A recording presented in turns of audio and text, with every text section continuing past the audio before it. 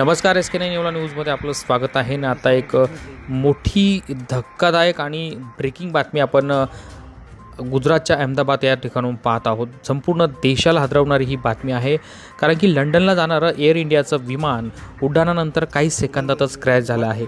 आता ही SK9वर आपण लेटेस्ट आणि ताजी दृश्य अपघाताची पाहत आहोत. कशाप्रकारे हे विमान उडालं आहे आणि काही सेकंदातच हे विमान क्रॅश झालं आहे.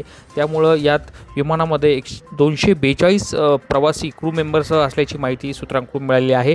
आणि आता जखमी किती आणि मृत किती हा आकडा सध्या तरी समोर आलेला नसला तरी विमानाच्या अपघाताहून मात्र आकडा हा मोठा असण्याची शक्यता आहे. या विमानात माजी मुख्यमंत्री देखील असल्याची माहिती मिळाली आहे. ते सध्या गंभीर जखमी आहे अशी माहिती समोर आली आहे. मात्र संपूर्ण देशाला धक्का बसलेल्या असली ही मोठी बातमी आहे. आपण अशी अहमदाबादमधून या ठिकाणून पाहत आहोत. खरं तर ही दृश्य एकदम आघात करणारी दृश्य आहेत, कारण की विमान हे काही सेकंदातच क्रॅश झालं आणि रहिवाशी भागात विमान कोसळलं. त्यामध्ये काही रहिवाशी भागातीलही काही नागरिक मृत्युमुखी पडल्याची शक्यता सूत्रांकडून वर्तवण्यात आली आहे. संध्याकाळपर्यंत सर्व पोलिसांचा तपास आणि यंत्रणेचा तपास पूर्ण झाल्यावर किती मृतांचा आकडा आणि जखमींचा आकडा हे समोर येणार आहे. SK9 येवला न्यूजसाठी अहमदाबाद प्रतिनिधी, अहमदाबाद.